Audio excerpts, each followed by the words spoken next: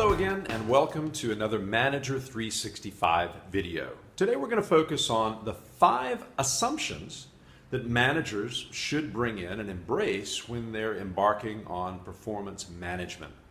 There's certain underlying beliefs or assumptions that successful performance management relies upon.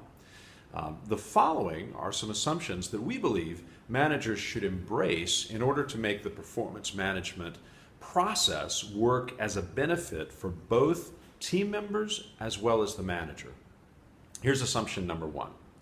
Performance management is a process that's undertaken with employees. It's not something that's done to employees. There's a very important distinction there.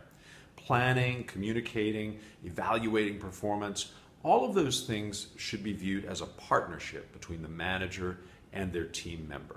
So that's very important. Here's assumption number 2. The rationale for having performance appraisals is not really to find fault or to assign blame for past performance, but it's to solve performance problems, ideally as they occur, as they come up throughout the year or throughout the quarter, and to take action to prevent those problems as much as possible. We also want to accelerate positive areas of performance to encourage that. Here's assumption number 3.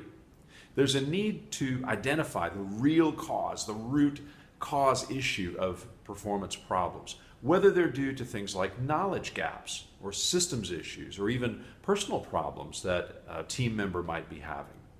Assumption number 4, well, once an employee has a clear understanding of what's required in their job, what the manager is asking from them and what the role requires, the vast majority of team members will do their best to meet their target objectives. That's just the reality. People want to do a good job.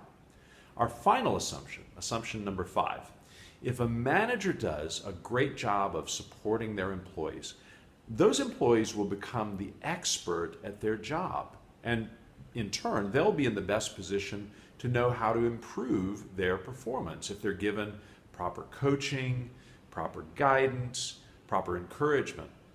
This is because employees will know what needs to be done, and they're going to hold themselves accountable and responsible for their own performance if they're given that chance, if they're given that opportunity to surface new ideas and take personal ownership of the actions that are agreed upon and committed to with the manager.